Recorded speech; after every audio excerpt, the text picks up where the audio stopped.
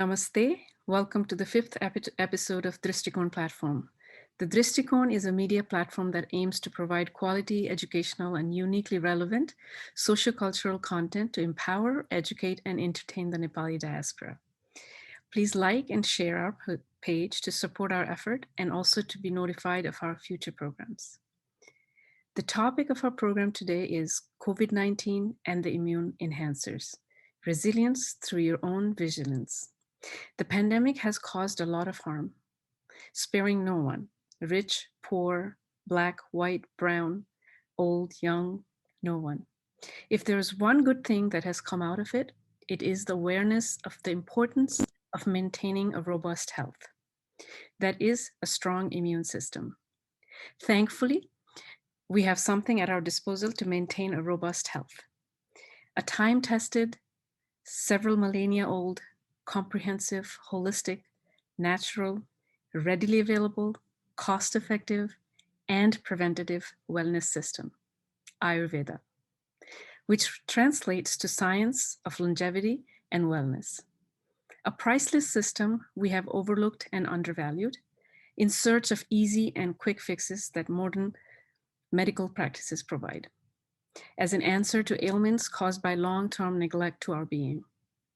It is about time we reclaim our health by adopting simple yet powerful practices that Ayurveda teaches. We are very fortunate to have Dr. Rashna Raunia Sharma here today with us to enlighten us of these ancient practices. Dr. Rashna is a homeopathic doctor, an Ayurvedic practitioner, a Reiki master. She's a founder and director of Chetna Center of Health and Wellness, located in San Ramon, California. Throughout her 20 plus years of practice, Dr. Rashna has helped thousands to transform and achieve their health goals through practice of natural modalities, which include but not limited to customized diet, lifestyle changes, and herbs, natural herbs. I have personally been fortunate to get her guidance since her early days of practice, and it has proven invaluable. Her kind, compassionate, and dedicated self is a true blessing to all who have been fortunate to know her. Welcome to our program, Dr. Rashna. Let me begin. Let me begin with a very simple and important question. What is health to you? Wow, that is tremendously brilliant question, Pooja. But let me take just a moment before that and take this opportunity to thank Drishtikon for creating this platform. Oh my goodness, I'm so proud of you, Pooja. And to our audience out there, the global audience, this platform has really connected us all. And I'm so thankful to Drishtikon for connecting, especially the Nepali heritage and culture that we are so much in a void, I must say, when we are really far away from actually being in Nepal. So thank you, Pooja. Thank you for this absolutely stunning and heart-melting welcome note to me. I'm totally enthused and totally honored to be here together with you and the entire world today. So coming back to your question, what is health for me? Actually, let me forward that question for this minute to each one of you out there who's watching the program. What is health for you today? Pooja has ignited a very profound and deep thought for our mind. So let us take a moment to think, what is health for us today, individually and collectively?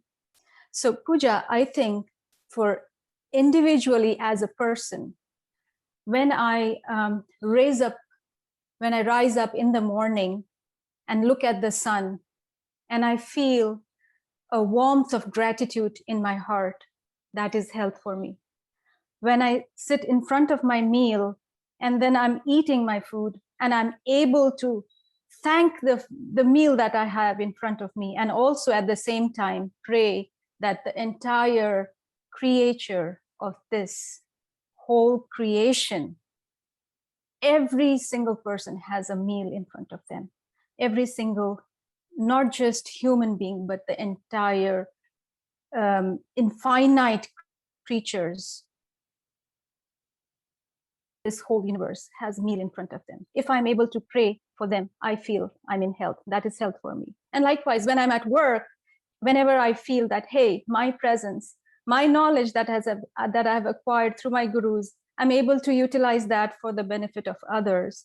And they feel happy. Seeing their smile, I feel I'm in healthy status. And finally, I think when I go to bed at night, and I'm able to let go of all the things that bothered me throughout the day, each and every single thing. And I'm able to happily let go and sleep, just sleep purely. I feel that is health for me. That's a wonderful, wonderful reply. So in a nutshell, if you're able to live a content, joyful, yet productive life where you add value back to humanity and the entire universe, you are healthy, meaning you are a person who's thriving and living every moment to the fullest. Exactly. Right? And, by asking that question, you've made my day so special today. As it was a special day because I realized it's May 1st.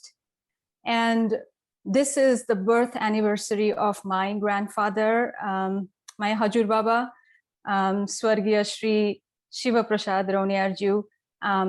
We terribly miss it. It's been a long time, but then I do remember him on this day. And through this program, I'm so thankful to you, Pooja, for making this event happen. And fortunately, it is on the day when my grandfather was born.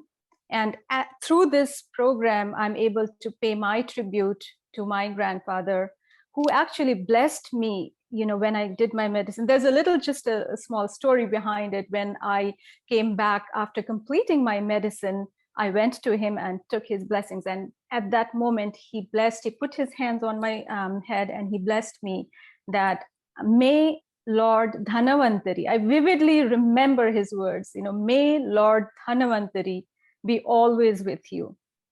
And I had no clue at that time who Lord Dhanavantari was, honestly.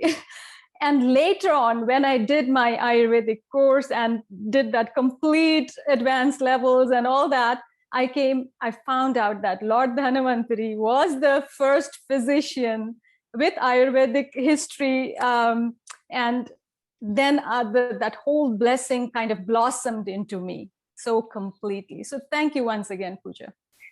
Well, welcome. And I guess your grandfather was very a visionary. He knew the future, where the granddaughter was headed towards and where her future was, right? You had a little bit of, I guess, what do you say? Deroute, or what is it called?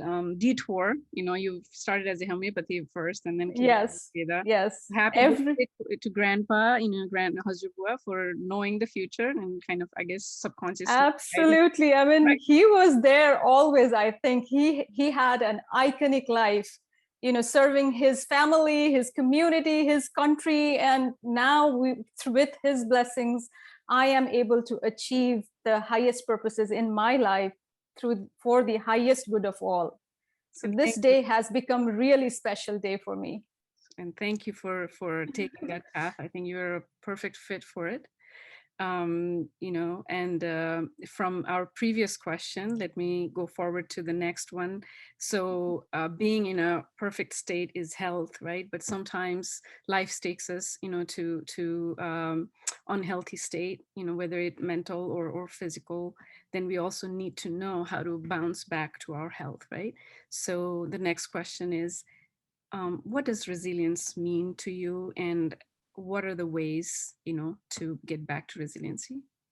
Yes, again, very, very valuable, because health, the very truth about health is a dynamic state, which means health changes, just like truth, it changes.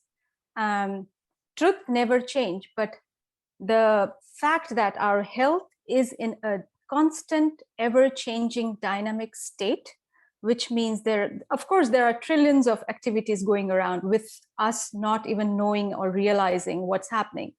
So because it's the dynamic motion going around, of course, health changes moment to moment also.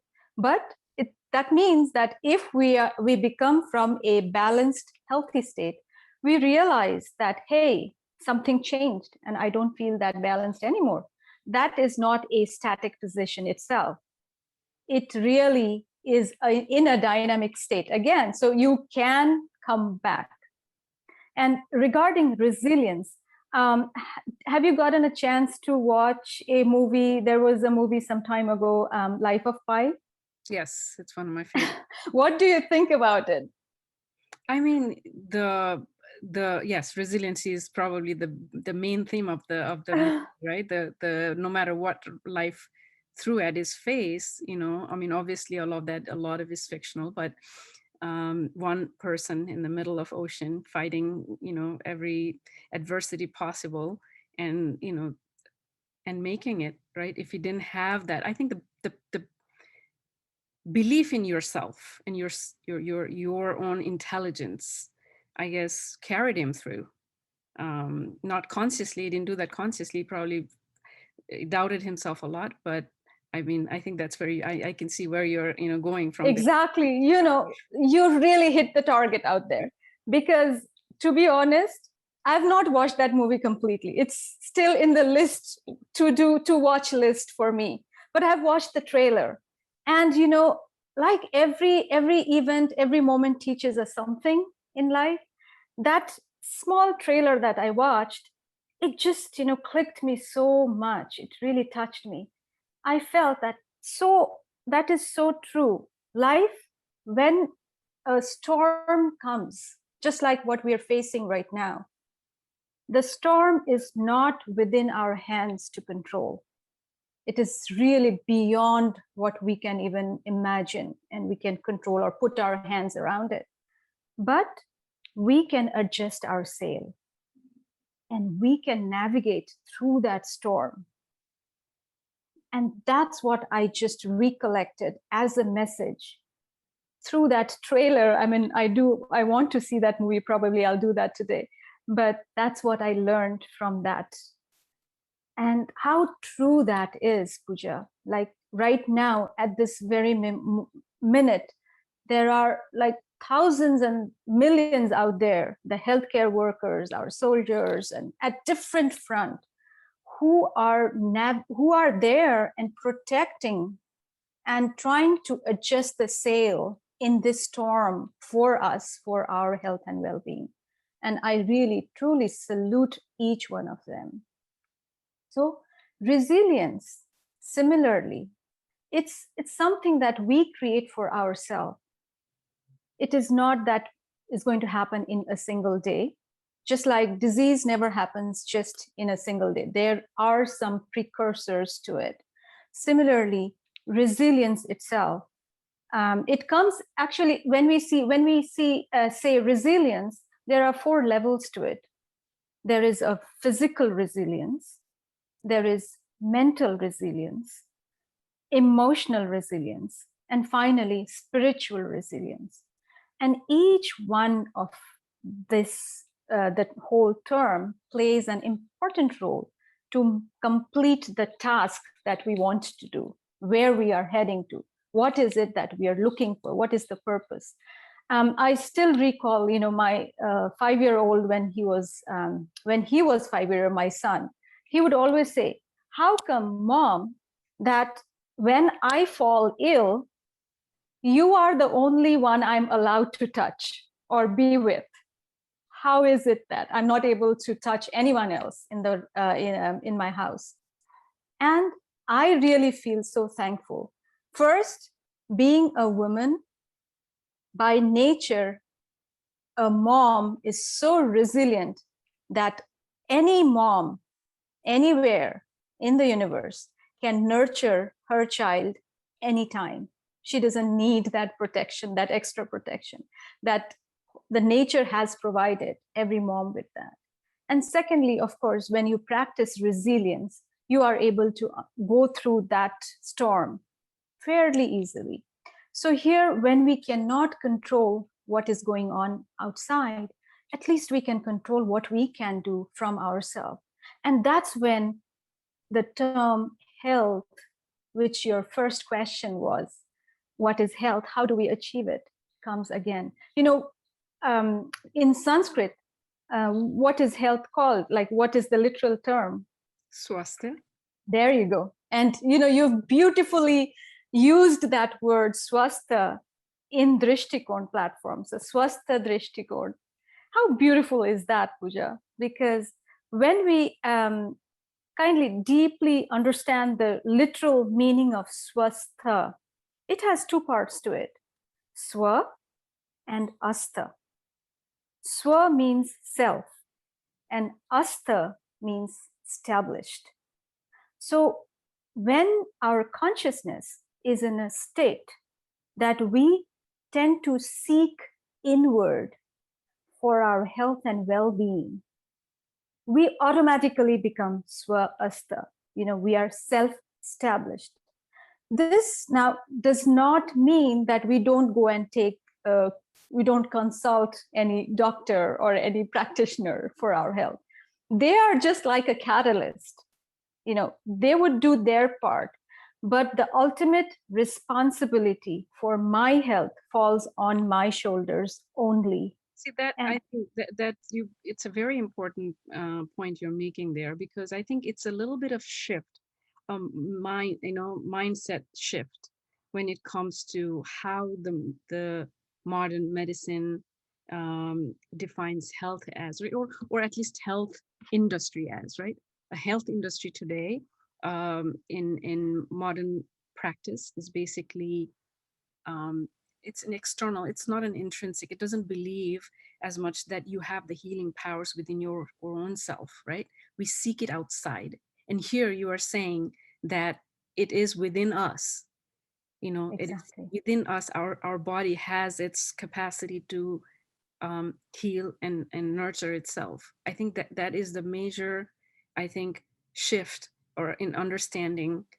I think, and that helps us, empower ourselves to take care of our own health.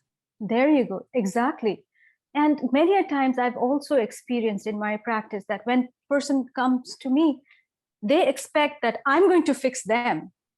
And so the first initial education, sharing of information involves that it's not me who'd achieve that or accomplish that. I am just a guide, a catalyst that would help you through your own intrinsic, inherent, naturally inherent power to heal your own self.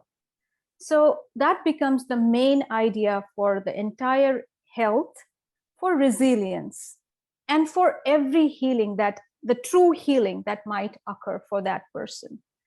So taking the responsibility in your own hands is the key to becoming swastha and becoming resilient.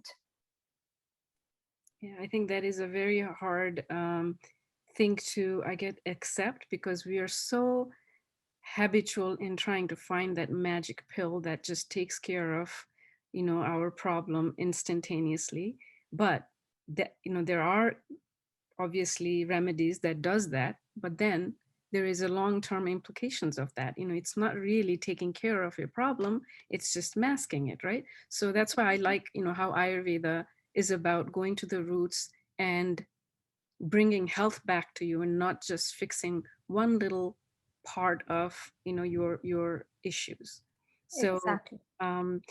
Tell us, and our viewers, what are the ways and what are the health and healing pathways? How do we get back to our health when we lose it? Absolutely. So here I would definitely like to mention one very important thing, which is I do not discount any healing modalities that's out there available for us. Every healing pathway has its own place, a very, very absolutely valuable place. Allopathy, homeopathy, Ayurveda, Unani, Reiki, and so many others.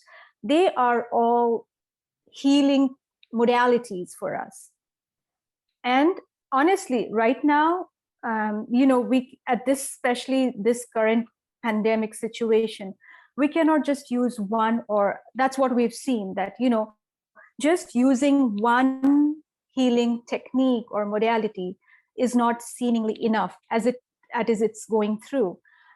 We want to utilize the best of each healing modalities, and that's what I really salute every field of healing modalities, be it allopathy, be it homeopathy or Ayurveda. They are playing, the doctors out there, the scientists, they are working day and night to make this COVID situation more under control, and we are all safe, each and every one of us. So when we talk about, of course, this platform, we're focusing more on the Ayurvedic regimen, how that can be utilized for our current pandemic situation, and what all we can extract out of this vast Ayurvedic knowledge, so that we can heal from within. Of course, when we talk on Ayurvedic language, it is more of healing from within out, because the very fundamental concept that Ayurveda talks about is that we are a microcosm of this entire big macrocosm. And whenever there is imbalance between what is out there, a disharmony from the microcosm, and a disharmony within us, the microcosm, that disharmony is what the real disease is. Once we realize who we are, what is my nature, what is it that I'm made out of, what are my 5 elements, what is the Akash, Vayu, Teja, Jala, Prithvi, what are these 5 elements that I am, not just me, the entire universe is made out of that. So how is it that we can create this, fill up this gap and create a harmony between this self and the outer self? Then naturally disease and resilience follows. So in this step, if I may go further, yes, please, is that it talks about elements, right? So it's there everywhere. So what are the things that I can do to create this harmony? Once I know that, of course, there is these 5 elements out there, and it's the same elements is in me too, all I need to do is follow what is out there, and automatically my health will be optimum. It's as simple as that. So our body, as long as our body is in rhythm with the nature, we will be closer to optimum health. Exactly. Just to give you a very quick, because we can't just kind of be confused of how do you follow this. Then we want to have a practical answer. So when we study nature, for example, sunrise, how the movement of sun never says that, hey, I'm not going to rise today. Invariantly, there is a sunrise every day, fortunately. So all we need to do is, this is a very small example how we can be in balance, just by following the sun's rhythm. Because imagine, you can visualize a similar sun or circadian rhythm within our body. And what does that mean is, we have a rhythmic pattern of our chemicals and hormones and enzymes that are produced within us for our physiological maintenance. Just like the sun is at its peak, let's say around 12 or 1, depending on what part of the year it is, a similar thing we can visualize happening within us in so many enzymes, and one of the key components are our digestive enzymes. So when we see the sun is at peak, it means our digestive enzymes naturally is at peak, around 12 or noon or even 1 p.m. So, which makes a lot of sense because if I may just, create a picture in the mind that there is a flame which translates to our digestive enzymes. And that flame is probably at its peak, like it's really blazing out around noon or 1. So then what I would do naturally is that to satisfy that big amount of flame, if I place just a tiny log on top, what will happen? Could you imagine? Like there's a huge flame and I'm just placing a tiny log to it. The flame will just, hover over it, and then that log is gone. And the flame is blazing out too, still. A similar situation happens in our body also. Around noon or 1, magic, we can call it magic or we can call it normal physiology of the circadian rhythm of our body. That flame, that digestive enzymes is ready to digest a big meal. So in that blazing flame, if I put a nice and big log of wood, happily that flame would cover it and slowly it'll be consumed, taking its own sweet time. Ayurveda always suggests to have lunch as the main meal of your day. And the reason is our digestive enzymes are naturally very, very strong and good quality at that time. So if we just skip our meal, skip our lunch, or eat here and there, just to do, or we are in a meeting or doing something else and we just fill ourselves with something little snack, then at that minute, that whole digestive enzymes is not going to be satisfied in normal term, but there would be conditions that might end up in creating some kind of ulcer or some inflammation of the mucosal membrane around that stomach area. Because naturally, the stomach has secreted so much of enzymes, so it is working upon that food, but the quantity of that thing is so much, it starts eating up the mucosal lining of the stomach instead, because it has to consume something. And those are the conditions that might, of course, we call it pitta aggravated state in Ayurvedic term, but people do suffer after that. But hereas when we realize that, hey, it is the pitta time, which is 12 noon or 1, I am a pitta person, and let's say it's summertime, which is a pitta season, what would I naturally think with my logical mind is, let me stop everything else and eat my meal, focus completely and consume that wholesome meal so that my pitta, my digestive enzymes are now at its optimum usage. Great. So if I apply that intelligence, let's say, for throughout the day, there are probably certain activities that are more conducive to that particular time in the day.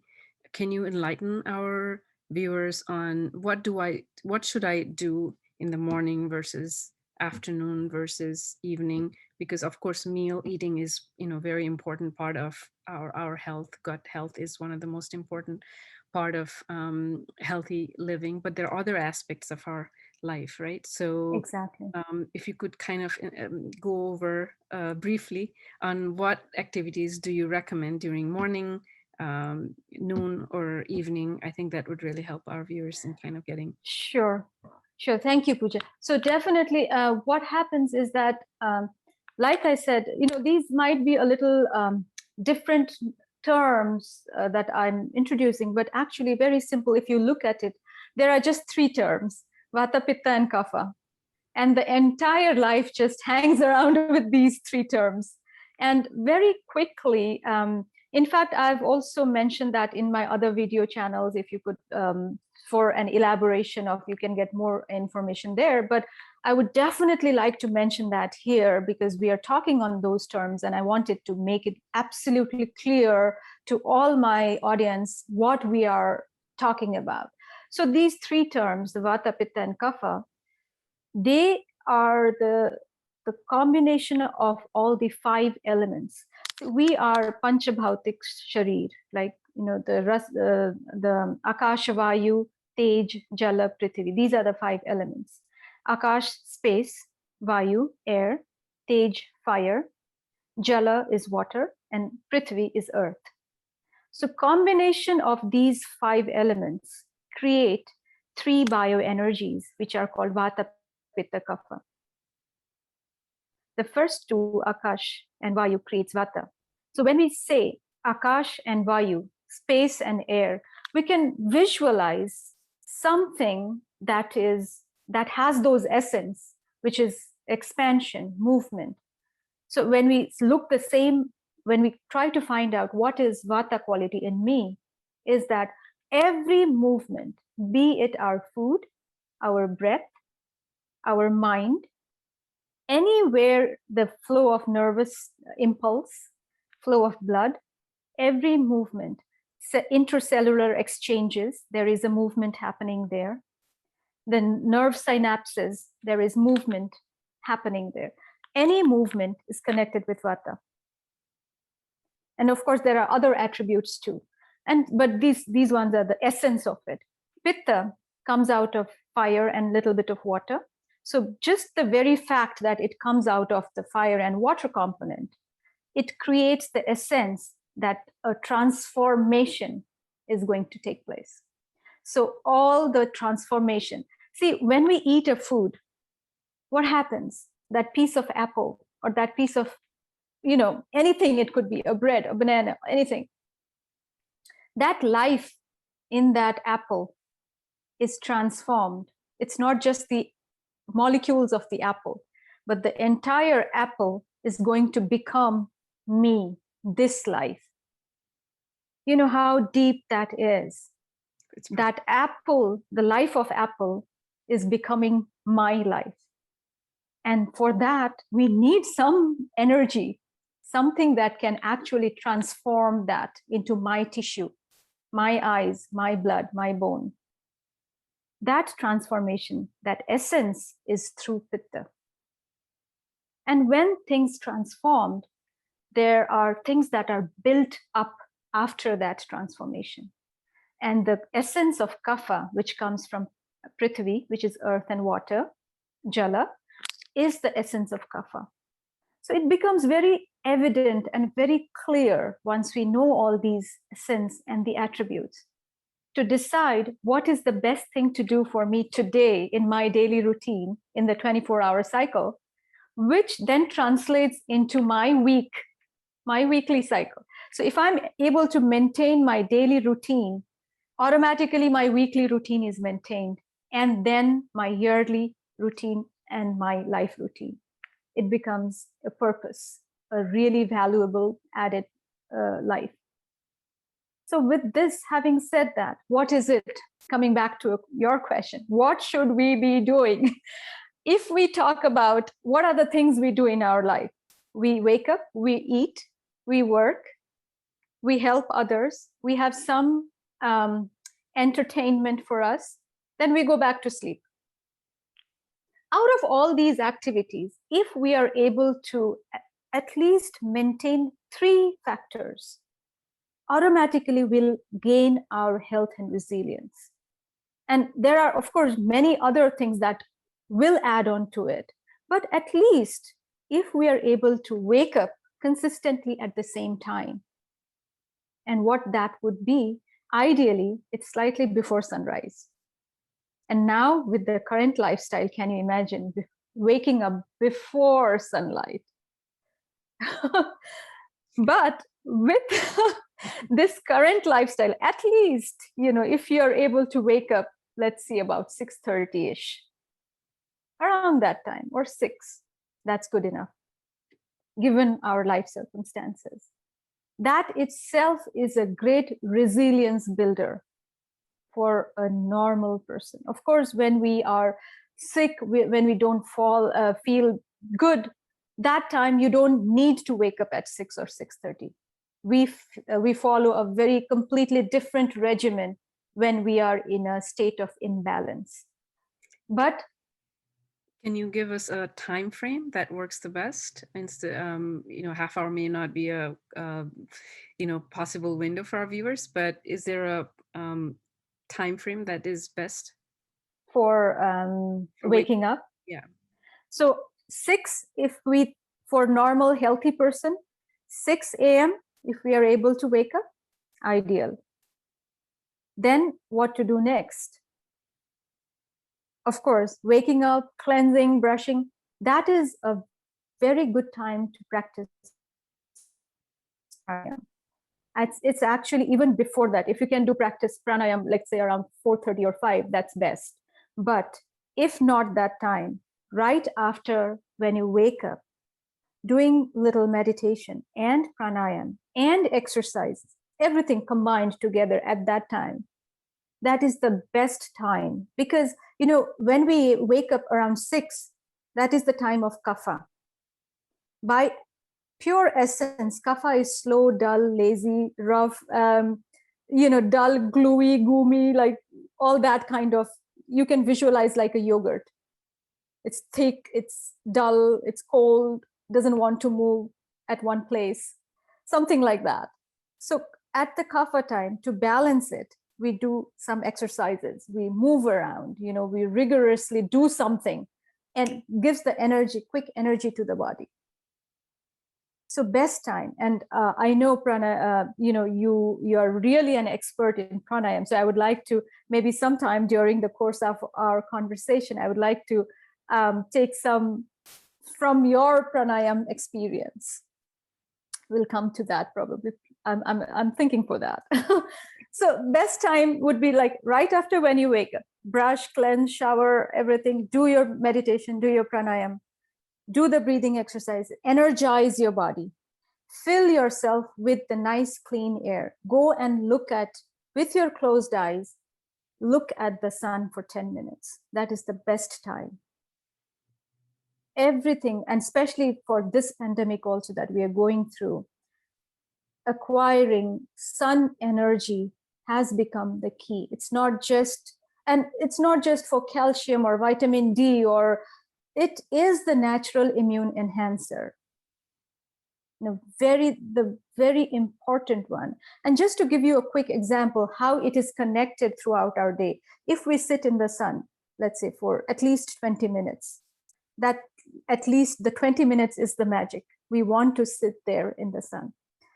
There are many things happen, but there is a hormone, serotonin, in our body, which is a precursor of melatonin. And everyone might know this it's commonly used these days. Melatonin people take for getting good night's sleep. So instead of taking that at night, bedtime, how about going out into the sun, sitting in the sun, because serotonin is produced after we expose ourselves to the sun, and it's produced in our gut. Most of it, like 90%, it's sourced out of our gut. So just by sitting in the sun, we are able to produce the serotonin, which will be a precursor for melatonin, which then will be produced at the right time when we go to bed at the right time, and help us fall asleep naturally without externally having to take that dose of melatonin. So everything is interconnected. So morning time, coming back to the regimen, yes, please do expose yourself to the sun. And that is one of the key immune enhancers. That is the topic for today. Eating meal. So wake up time, very, very crucial. Because it's a kapha time, a lighter breakfast, not too heavy. The heaviest meal needs to be around noontime. And that's the reason. The reason is because, as I explained earlier, what happens? Our circadian rhythm, naturally, the enzymes are really at its peak, and we want to utilize that fully. So making lunch as the main meal of the day is a key to ensure that, hey, I've eaten a good amount of lunch and it's been digested properly. Because it's not just what we eat. The key is what we digest. The same piece of apple, when I eat, will be digested differently than what my friend can do, because her digestion is uniquely different than my capability of digestion. And that is the concept that Ayurveda stresses about for a good health, for a good resilience built up. Because after all, we have to eat, consume something to build our immune system, right? And if we focus, hey, I need to eat salads, I need to eat vitamins, I need to eat this, so many lists, right? And I see the package and read the calorie counts. But the key component out there is what is happening inside me when I consume that food. Because normally when we see that, how do they label the calories out there? You know, when they test that food in the box, how they churn that food, replicating our digestion, and they measure the energy output. And that's what they write it as a label. Okay, after churning this much food, this energy came out, and that relates to this calorie count. But here we are missing the component, what stomach it goes into. Is it Pooja's stomach or Rashna's stomach? Because I'm going to digest that completely differently. So that concept Ayurveda really wants to address.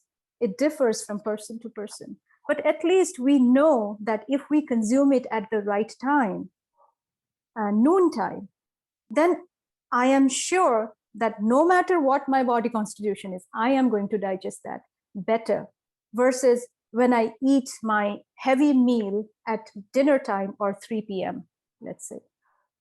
So main wake up time, meal time, and then the third component for enhancing immune system in our body is the sleep time. Have you experienced in your own circle of family and friends, what is the normal time that we go to bed? It varies by person to person. Right. I'm a morning person. I go early and wake up really early. And my husband, he's a night person, so he goes really late. So I think, like you said, everybody is different when it comes to digestion. I guess same is true when it comes to sleep. Although I think Ayurveda probably stresses that we go to bed early. I Yeah. And not to, kind of put a label that, hey, you are this or you are that. We all are unique self. And I completely respect each one of us in our family circle, friend circle, and everyone. I just want to share this information that, of course, people do feel naturally that, hey, I feel I can work better at 12 a.m., and so I don't go to bed until 1 a.m. because what I have been told since my childhood probably is that I need at least an 8 hour of sleep. So I'm doing my 8 hour of sleep from 12 a.m. to 8 a.m. I have heard those stories. And here, the concept that I would like to introduce for everyone is the difference between a time frame 10 to 6 and 12 to 8. Both are 8 hours. But very, very key component, from 10 p.m. to 6 p.m., same 8 hours. But then if we look into again, going back to the body's patterns, its rhythm, from 10 to 2 at night is, if I may just put it as liver time. What that means, see, liver is such a valuable organ in our body. It detoxifies everything that goes into the system. It metabolizes all our food, not just the food. On a subtler level, it is also involved in metabolism of our thoughts, everything that we've taken, the inputs that goes into our cell. And it produces a lot of hormones and enzymes in the body, just to ensure that when I rise up following morning, my cells are stacked. It's like, when we go to a grocery store and all the aisles are packed with the things that I need, if that is done really a night before I enter the store in the morning time, how convenient that is for me. Similarly, liver, not that liver is not working throughout the day, of course it is, but like the digestion peak time around noon, liver's functioning, the peak time would be between 10 p.m. and 2 a.m., which means if I am awake in that time of the night, then I'm allowing myself to take more input. Like I'm looking at something, I'm reading something, I'm working, I'm thinking. So the input is still happening. It's as if, the liver is at its desk and the piles are again stacking up. So it says, hey, come on, I'm working for you, and you're stacking up on the files. It gets the functions get little deranged or just disrupted. And over years of this continuous rhythm of, hey, that person doesn't sleep at 10 p.m., liver gets weakened as compared to someone who just goes to bed at 10, shuts the doors, all the inputs, and happily the liver is functioning and doing its duty. So the third component for a healthy body, mind, physiology, immune system, and actually I would keep that as the first in the priority list, is to go to bed at 10 p.m. Because liver is something that creates things for us for our own health benefits. It stores glucagon. That's such a crucial component for our insulin metabolism and our sugar metabolism in the body. And there itself, if we go to bed at late hours, we are disrupting. And if somebody is already predisposed through hereditary or through any other condition for diabetes, we are promoting that. See how it is all interconnected. So just by changing these three things, we can definitely build our immune system. That is great. Let me just summarize for our viewers. So exercise early in the morning. First, during kapha, 6. 6 a.m. get up and exercise, because it's kapha time, and your body is like kapha, very immobile. It doesn't want to. It's lazy, and you do just the opposite. Sun is rising, and you want to take the sunshine within you too. So exercise, take the sunshine, light breakfast probably, and then second thing that you want to change is have the heaviest meal of the day during lunchtime, right? And then go to sleep on time, which is early, around 10 p.m. Yes. So that your digestive system is ready to do your work as you go into sleep. Your body can utilize all your energy into digestion. And perhaps you also would recommend that the family time should be probably around evening. Would that be safe to say? Absolutely, yes, because we do need that bonding. And kapha bonds, right? It's water and earth, so it bonds. And evening time between 6 and 10 p.m. is the kapha time once again, just like in the morning time. So it changes it. So kapha, then digestion time, pitta, then the vata is afternoon time, then starts again the kapha time. The liver time is pitta, and the very early morning time, which is slightly before sunrise, going into the sunrise, is the vata time. And that is one of the, for those who would like to do meditation, be the self time, when you're really into your own self, going through that process of meditation and creativity and things that you do for your own inner enhancement. That is the Brahma Muhurta, as it is called. And I'm sure many of you must have known that. Yes, absolutely. I think luckily that time is, in the evening time is something that is available to us instead of having to work. So it works with our modern lifestyle as well. Even more time is usually ours. So it helps to, plan our day accordingly. And during the daytime, I guess you do the work and make sure that you have a good lunch. I think Exactly. all can. And let me just put a quick thing out there. Never have a meeting at the noon time with a Pitta person. That is a secret, because Pitta person, fiery, without lunch, you can imagine the fire.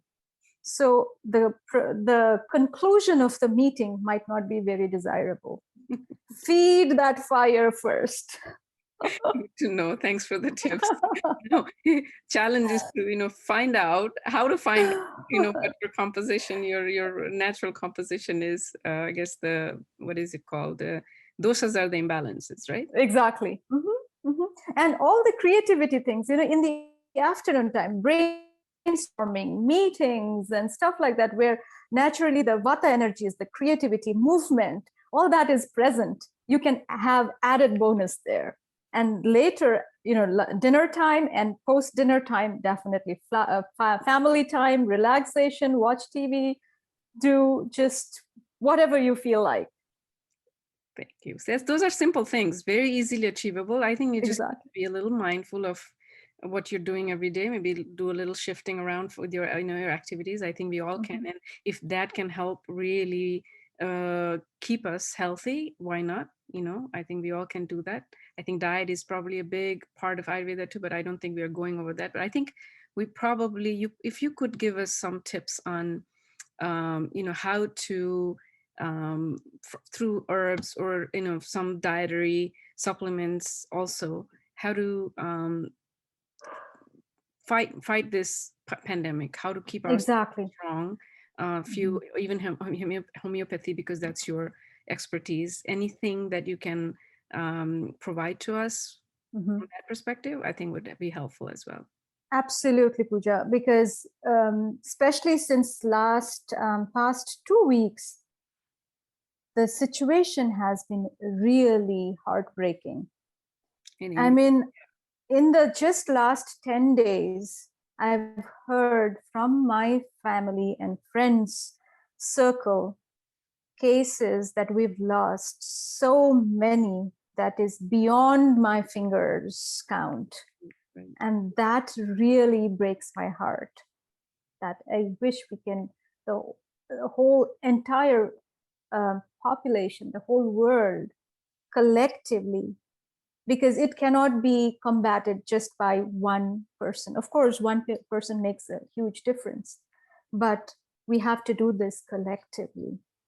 And those people who we've lost, they are like soldiers, they are the martyrs, and I salute you through my heart, because through their sacrifice, we have realized what life is more in a deeper sense.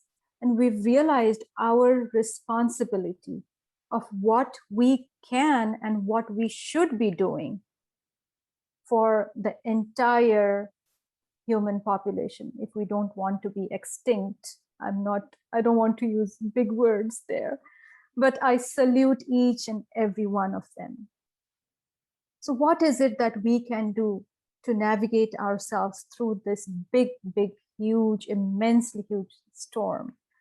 Is with my personal practical experience, there are few stressing things that I would actually like to bring upon. Is firstly, again, because we want to enhance our immune system, and there has to be a source that we gather that, right? Where do we go? Diet becomes definitely one of the key component. So I would strongly suggest not to follow any form of fasting if we are surrounded by a very terrific situation of pandemic COVID. We are going through a crisis. There, if I think that, hey, no, this is the fasting regimen for me that I've been doing since, because why I'm saying this, because there are people who are following that. Especially right now during Ramadan, Yeah, and I sincerely suggest, with due respect, not just Ramadan, for other religion and personal choices also, that because the fasting has been going in their life rituals, like life daily regimen since many years, suddenly it's very tough for that group of people to not follow that. But right now, it's completely different scenario. We want our body, this tool, strong and healthy and resilient. And we want that source of food to be utilizing for our strength. So I would definitely not recommend any form of fasting. Eating meal at the right time, checking how my, and there comes the word vigilance, being vigilant of what I am doing in my daily life, and especially now. So definitely consuming right food for me and not going hungry and also thirsty, because likewise, I mean, there's news all over, right? Plasma depletion, people are donating plasma. And what is that plasma? How is that plasma formed? Whenever we eat our food, after digestion, there are 7 tissue levels that is formed, right? Like the post-digestion effects on the body. Rasa, Rakta, Mamsa, Meda, Asti, Majja, Shukra. So these are the 7 tissue levels. The first level, Rasa, is the plasma level. That is the food, the tissue, plasma tissue, which is formed right after our meal. So staying hungry or thirsty is going to really have a dire effect on that tissue level. So my honest suggestion, recommendation, and plead would be for all not to go hungry or thirsty. Stay well hydrated, stay well nourished as much as possible. That would be one of my suggestions. Getting sun exposure, definitely at least 30 minutes, becomes very, very important. Sleeping on time, like we discussed, yes, major component for a healthy body. And especially who are going through those symptoms, they definitely need to rest more. Incorporating pranayam breathing techniques, and we'll talk about that more because I really want to do that and see how that changes your oxygen saturation level instantaneously by doing those. And that is the need of the hour, that we want to ensure we have good hydration, we have good air capacity. If somebody is having symptoms, let's say they're having congestion in the chest, because right now what's happening, normally we are not able to bring out what is collected in the lower part of the lung tissues, and things are accumulating there. They're not able to bring it out, and that leads to pneumonia or other stuff, complications. If we are going through any kind of symptoms, attaining a proning posture, which means either laying down on your tummy, and the other one would be on the knees with the head down, shoulders down, bringing your head like this and making a coughing sound like that naturally helps to pull out the accumulated fluids from the lower portion of the lungs and the pleura where it gets accumulated. And that helps with detoxifying, cleansing in this circle. So really being vigilant, how I am feeling, how is it I am breathing, what is my digestion like? Am I feeling hungry, not hungry? What is it? Even though I don't feel thirsty, be really vigilant about that and drink plenty of fluids. If somebody is in the cooler part of the world, they really, and I mean, actually, it's not just on cooler. Actually, everyone should be drinking either room temperature or hot, never cold or ice cold water, because that is again detrimental for this condition. Ice cold water affects the body in 2 ways. Of course, it brings down the metabolism. Just coming back to that same flame, if I put a good amount of ice or cold water in it, the flame goes down. when the flame goes down, the Agni is low. In Ayurvedic term, we call it Manda Agni. When the digestion capability, the enzymes are low, how can I expect my food to be digested and assimilated? So really focusing more on warm, well-cooked, warm food, including drinking room temperature or hot water, is the key to gaining strength and immunity. So those were the components that I would really apply to religiously and diligently, and always surrounding ourselves with nurturers, avoiding stressors. Thank you so much. I think those are something we can certainly achieve. Those are within our own means. It's not, that's you have to go out and get something, right? It's on our daily routines, simple things to do. I know you mentioned pranayama a few times. I wouldn't call myself an expert, but since I have practiced pranayama for a little bit, I would like to impart a little bit of, of that knowledge to the viewers so that they can start strengthening their breathing, their lungs.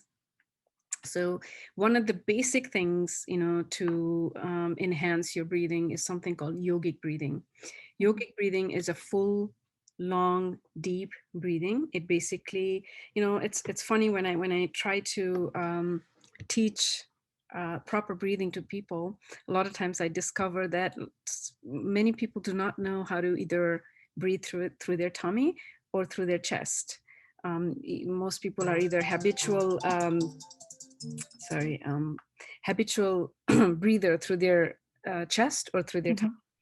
So yogic breathing requires you to breathe through your entire system, which is your stomach area, through your chest area, as well as your thoracic, your collarbone area. So when you take a breath, you breathe in through to your tummy first, and then slowly raise up to feel your chest, and then through to your collarbone. Right? So you have to keep practicing that. It doesn't come naturally because we have developed bad habits of just doing shallow breathing. First, foremost, before even going to yogic breathing, we should not be breathing through our mouth. Mouth breathing is actually a very unhealthy practice. So be mindful of where you're breathing through, and then you go into deep yogic breathing. So breathing to your stomach, like imagine a pot, and putting water in your pot. The first, place that water goes in is in your tummy. I mean, at the bottom of the pot. So belly is towards the bottom. So, that analogy kind of image helps you. Breathe into your tummy first, half count. If you, breathing 4 count, 2 count to your tummy, 2 count to your chest, rising all the way up, and then breathe out very slowly, breathing in slowly, breathing out as slowly as you can. And when you're breathing out, you breathe out through your chest, 3 count, and 1 count through your tummy, so that your entire system is emptied. And once you practice that, just breathe out, you can then gradually progress to first doing breathing and then hold, and then breathe out and then hold. Breathing count of 4, breathe out the count of, hold the count of 4, breathe out the count of 8, and then hold the count of 4. That's the ratio you want to develop. So keep practicing, and then from 4 you can go increase to 6, then 8. But the ratio you need to keep 1:2, 1:2:1. 2 is the longest is your exhale. So that is we need to establish that. That is the foundation of good breathing. And after that, there are multiple ways, of enhancing, your breathing techniques for different ailments. But especially for COVID, there are a couple things. One is called Ujjayi breathing, which is constricted breathing. You kind of bring your chin a little bit towards chest and constrict your breathing. And when you breathe in, it makes a sound of ocean waves, like, right? But you continue doing your yogic breathing, doing that, and then breathe out with the constricted airways as well. So that kind of helps strengthen your lungs as well. And the third one that is very, very useful also is training to breathe in, like you imagine you're blowing into a balloon. You know how when you're blowing a balloon, you really require a lot of effort, right? So imagine that, and even if you don't have balloon, just put your mouth, like this, and then really blow into it. And if you keep practicing that, that also strengthens your lungs. So those are the three main one that I would like to recommend you practice. Beyond that, we have many different pranayama techniques for different reasons, but for COVID, I would think these are absolutely. Yes, and that was really beautiful, Pooja. One thing that I would like to add to that is there is one technique where we bring out our tongue completely, like a big one, and then do like that, count of 10. That also has been very, very effective for a pandemic COVID situation. So just wanted to add that into the whole regimen. Right. And when we see the situation, it has been not impacting only our physical self, it has tremendously impacted our mind and emotion. So controlling a breathing technique that would really have our parasympathetic nervous system going on, because when we live in a sympathetic mode of nervous system, we are going through a stress oriented physiological process. It does not become physiological, actually it turns into a pathological, because we are working through using our sympathetic nervous system, whereas in a parasympathetic mode of system, we are more relaxed state, more calmer state. So practicing the deep breathing that you were mentioning really impacts the mind as well. And with that, when we also do something like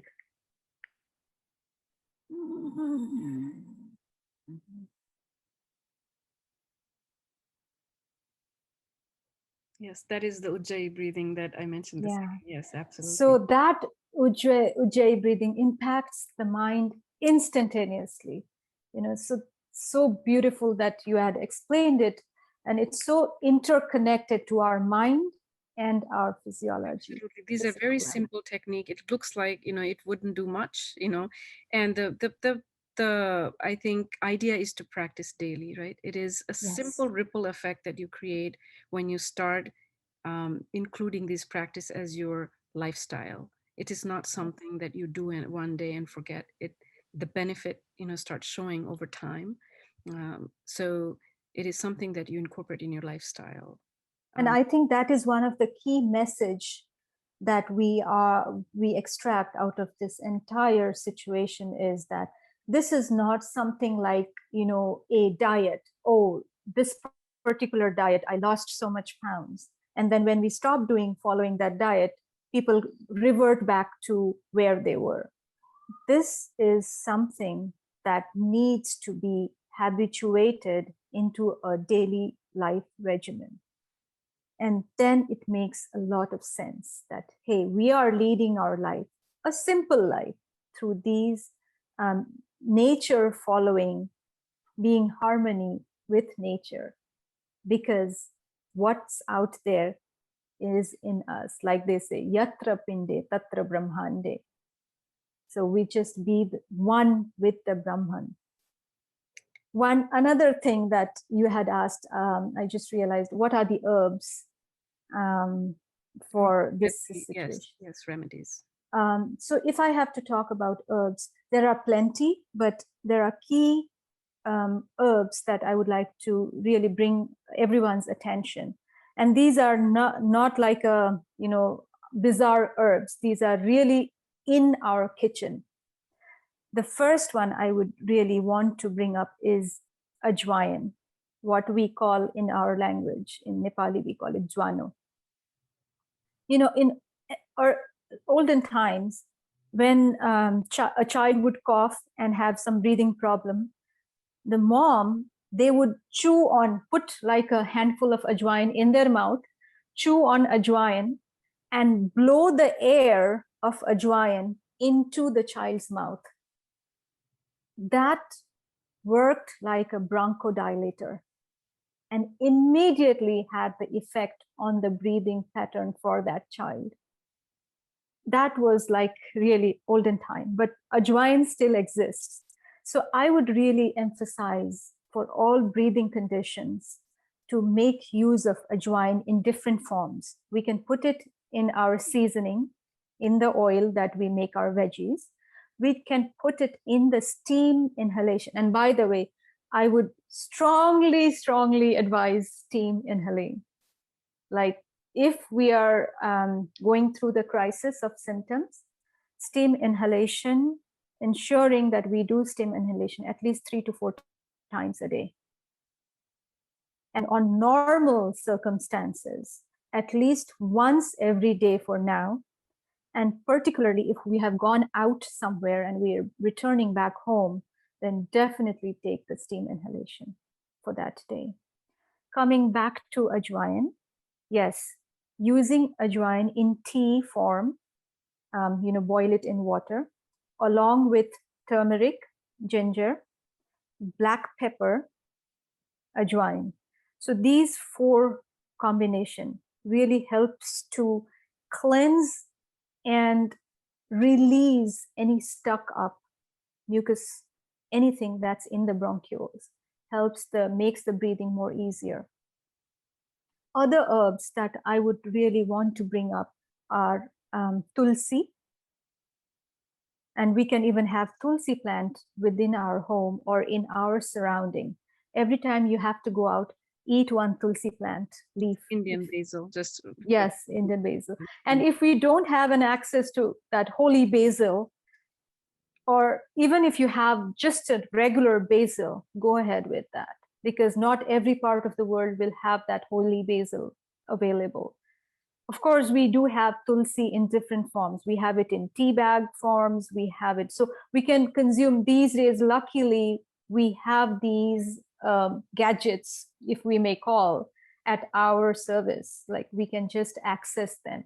So having Tulsi, holy basil, in our daily regimen, either in the form of fresh leaf, if we are going out, we're coming back, just one leaf is also enough. Having the Tulsi plant and really inhaling that air is also extremely nourishing, extremely beneficial. So Tulsi plays a big role for COVID situation. Neem is another very excellent cleanser and enhancing our immune system. Turmeric, yes, definitely. So these are the key herbs that I would use for this purpose. Thank you so much. I wish, I could continue the conversation. We learned so much in 1 hour. That was packed with a lot of useful information, guidelines, from lifestyle to remedies to, even mental enhancer and stuff. So I really, really appreciate you being here with us today. Although, we ran out of time. Actually, we went over time, but I absolutely don't mind, because I think all our viewers can really benefit from all that you have said in today's program. So, Dr. Sharma, Dr. Rashna, I think you like to call, I would really like to thank you from the bottom of my heart. And I would like to also mention to the viewers that Dr. Rashna is going to be a regular on our platform. I'm so thrilled about that. I mean, whenever she's available, obviously, but we're hoping to bring her back on a series, Swasthya series, and we were hoping to run programs Sundays. Maybe we're going to be doing probably once a month. That's the target. And specific, small topics, more narrowed down. We'll probably do a more broad sweep of what Ayurveda is and more foundational knowledge, and go from there. So do tune in. So And also, I would like to say this before I go into ending the program. Dr. Rashna, would you like to say anything in the, at the Absolutely. Thank you for actually allowing me to do that. I would like to take this 1 minute time and quickly remember everyone we've lost, and take this time to do a little chanting, if I may, if I'm Yeah. permitted to do that, just to send out our message that we are thankful and for the healing of everyone and the spirits up there.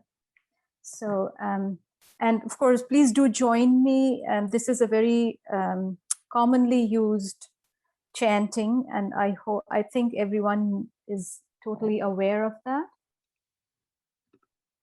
I will do the chanting.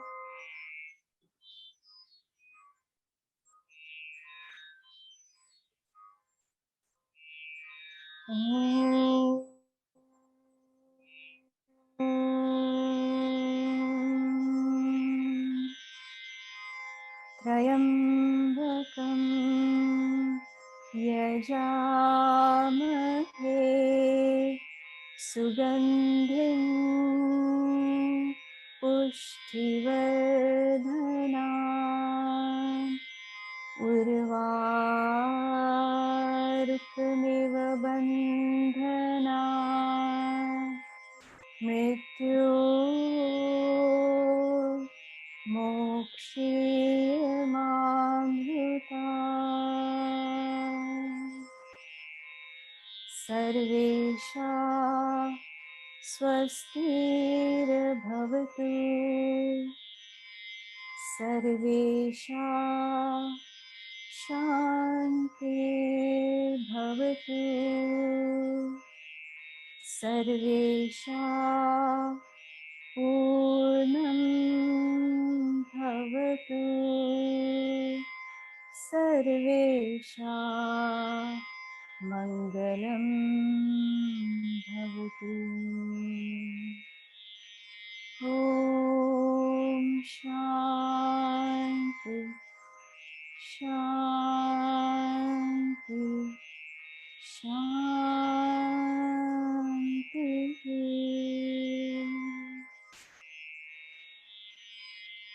Keeping this shanti within yourself. Thank you. Thank you so much. That was absolutely beautiful. Really, really appreciate. Can you quickly tell us the meaning of that, so for the viewers, so that they know? Absolutely. So there were two mantras that I felt like it came to me for chanting today. The first one is Mahamrityunjay mantra. It is praying for the health. It's actually the ultimate health and healing mantra for all. And the second mantra, of course, on the similar lines, Sarvesha Swastira Bhavantu. May all be healthy. Swasthir.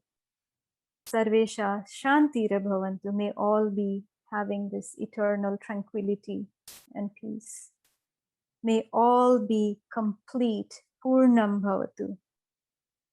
May all have this auspiciousness in them, and of course, peace for all. Thank you, Dr. Rashna, again. And before we leave, one thing I really don't want to forget is, if people want to contact you for personal consultation, how do they reach out to you? So they can definitely visit my website, which is chetnacenter.com or chetnaheals.com, and all the information would be there. So it's as simple as that. Okay. Chetnacenter.com. It's one word. CHETNACENTER. Yes, center. Thank you. I would like for viewers, if you've liked our content we brought to you today, and you haven't followed us on Facebook, please do so, so that you're notified of our future programs. We plan to bring regular programs on wellness here on Drishtikon, like I mentioned earlier. Please let your friends and family know and ask them to follow us. We are a very small platform right now, and the more people we have following, the more impact we can make. Our plans are big, but we need your support. We will also be launching our website as well as YouTube channel in the near future. With that said, I will like to wish you all wonderful rest of the weekend and week, and hope to see you again in 2 weeks, same place, same time. Namaste. Namaste all. Thank you so much.